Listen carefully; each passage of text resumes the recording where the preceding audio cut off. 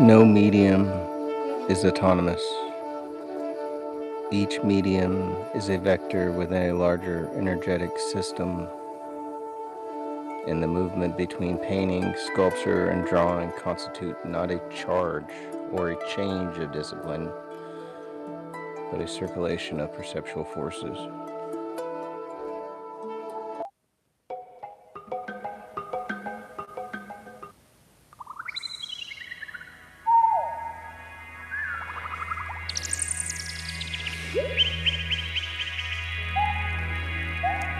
Artistic production is most fertile when it is unstable, when it migrates between forms, because each medium exposes the blind spot of the others, and it forces a reconfiguration of the perceptual field.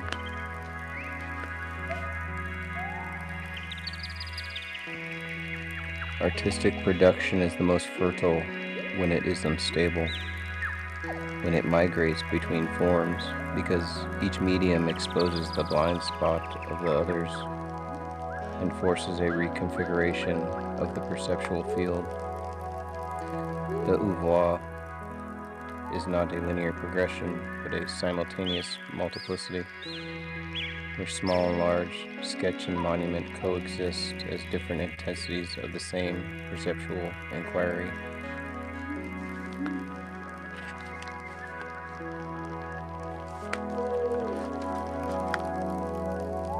Scale is not a physical property, but a phenomenological relation. The small is not merely diminished, but distanced, and the large is not merely expanded, but brought into confrontation, but brought into confrontation. To reduce a figure is to place it at a perceptual distance, and to enlarge a base is to amplify the surrounding void, thereby revealing the disproportion between human presence and spatial infinity. The artwork becomes a device for staging distance itself, where the figure is not an object, but a residue of perception, compressed to its minimal recognizable intensity. Thanks for subscribing. We are reading Giacometti Meditations. The work exists through irreconcilable dualities, abstraction and figuration, mass and void, movement and stillness, presence and disappearance. These are not resolved, but held in tension as the generative condition of form.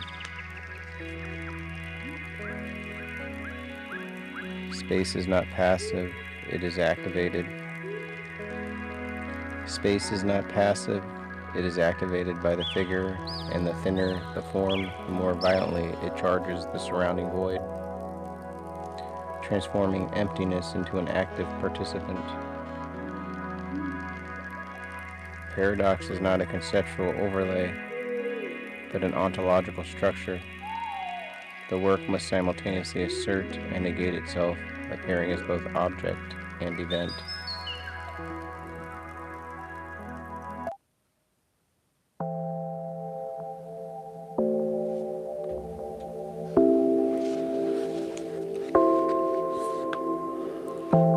The traditional hierarchy of volume over void is reversible. When form is reduced to a line or trace, the void becomes the dominant substance, and the figure functions as a catalyst for spatial activation. The void is not absence, but a field of potential, and the more it exceeds the figure, the more it generates psychological intensity.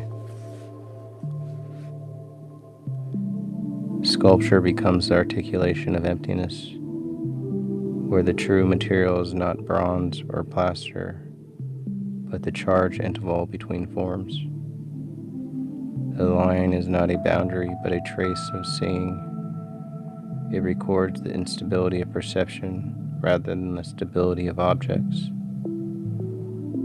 Multiple outlines do not define form, but dissolve it, revealing that vision is a temporal process rather than a fixed capture. The surface flickers because perception flickers. Light and shadow do not describe solidity but undermine it, transforming the object into a vibrating event. Transforming the object into a vibrating event.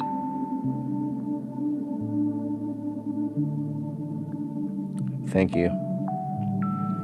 We are reading Giacometti Meditations. Every figure is a psychological construct. Even the most abstract form carries latent narrative, tension, or desire. The stage, the cage, and the platform are not compositional devices, but metaphysical enclosures, isolating a fragment of reality and intensifying its internal drama. The artwork is a psychodrama without resolution, where forces interact without closure, producing a perpetual state of suspended meaning. The artwork is a psychodrama without resolution, where forces interact without closure, producing a perpetual state of suspended meaning. Desire is structured around absence. The most powerful object is the one that is not present but implied by the configuration of surrounding forms. The invisible object is not a lack, but a focal intensity, where the entire composition converges on what cannot be seen or possessed. Art becomes the staging of longing, where the viewer is drawn into a relation with what exceeds representation.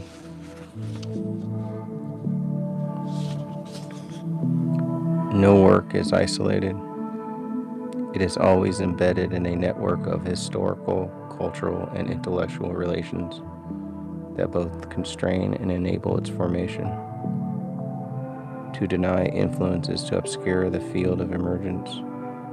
To acknowledge it is to recognize that originality is a reconfiguration rather than a creation ex nihilo. The artwork becomes a node where multiple traditions intersect, transforming inherited forms into new perceptual configurations.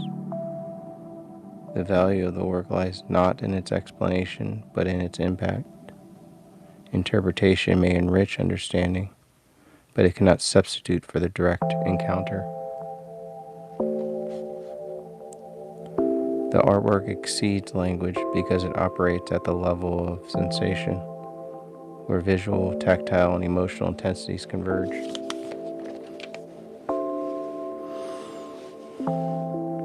To confront the work is to enter a field of forces that cannot be fully articulated, only experienced as transformation of perception.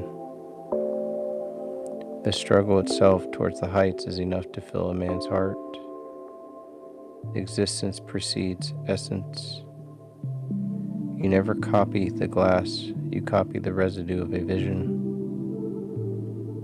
Artistic transformation does not arise gradually, but erupts as an event, a sudden reconfiguration of the perceptual and conceptual field in which prior experiments are retroactively reorganized into a new coherence. The period of apparent failure is not absence of production, but a latency phase, where the work accumulates invisible tensions that later discharge as bursts of formal invention. The emergence of a signature style is not the discovery of identity, but the stabilization of a previous unstable field of forces into a recognizable configuration. The studio is never isolated, it is permeated by the intellectual atmosphere of the time. And artistic production is inseparable from the philosophical and cultural currents that surround it. Dialogue precedes form, conversation, friendship, and shared debates act as invisible structuring forces that shape the ontology of the artwork before it appears material.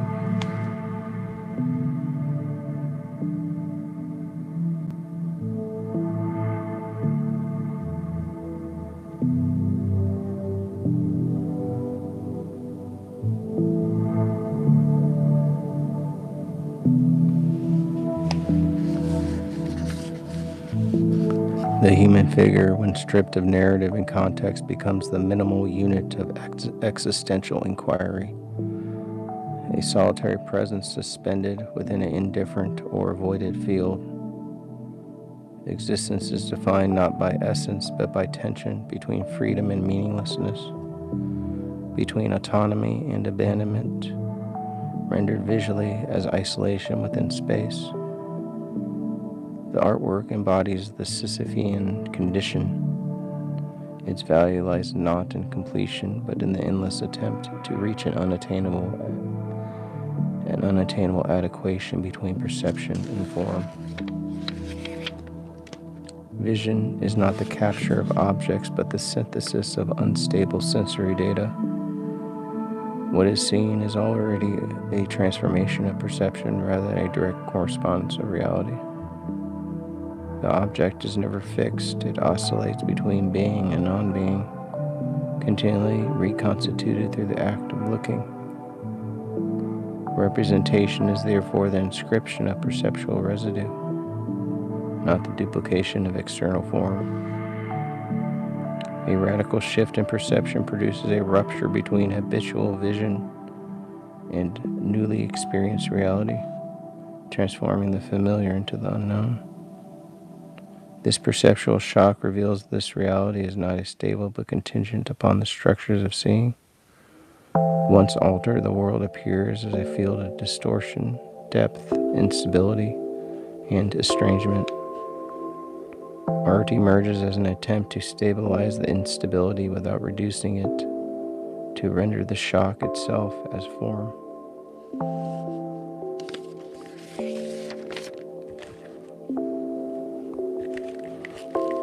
The figure is no longer a body but a vector, a line of force extending through space, where material substance is reduced in order to intensify energetic presence.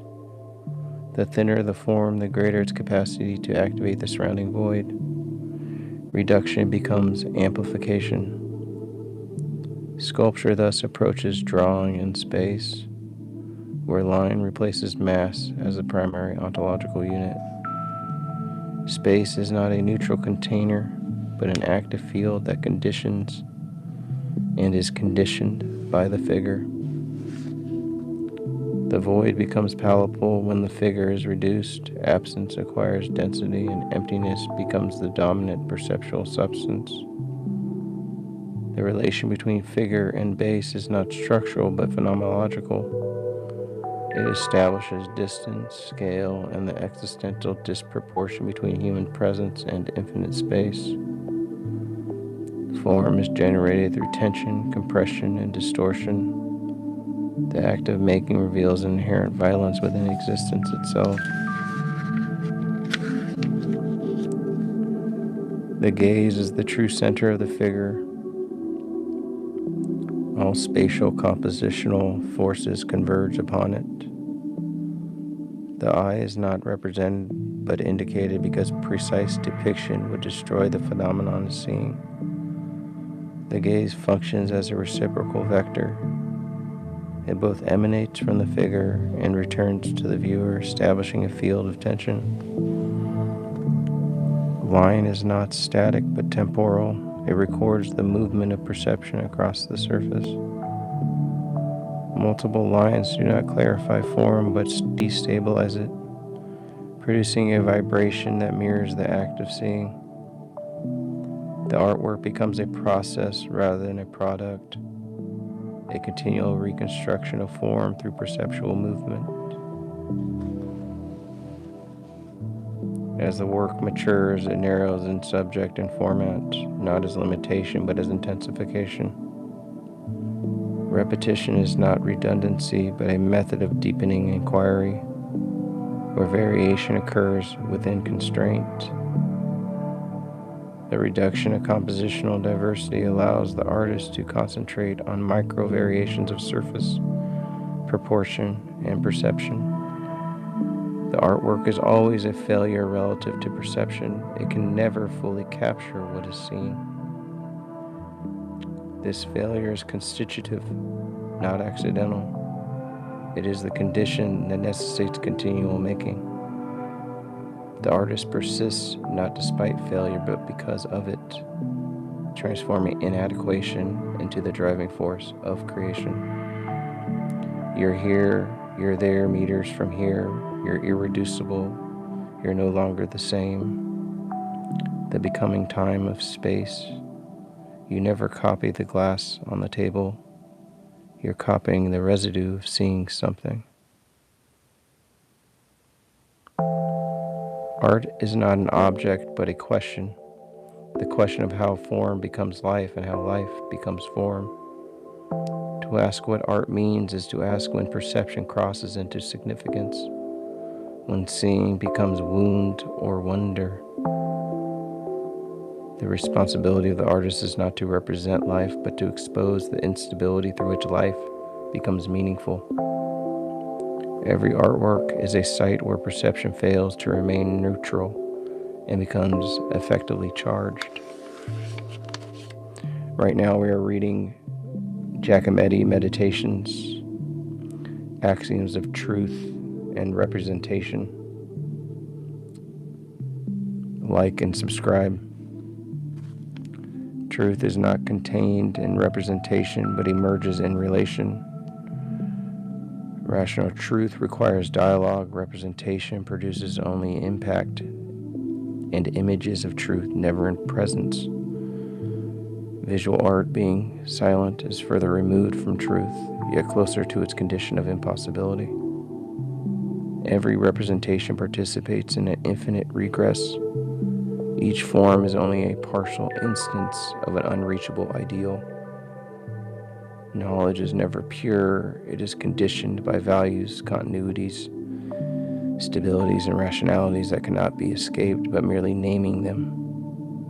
They cannot be escaped by merely naming them. Human beings perceive through masks they cannot see themselves wearing. Recognition always occurs outwardly. Self-recognition remains structurally incomplete. Identity is not possessed but performed through symbolic roles: hero, traitor, victim, ruler. The tragic condition arises when one's mask is replaced by another's, imposed from the outside one's own narrative. The confusion of private effect and public symbol generates both the beauty and the violence of art.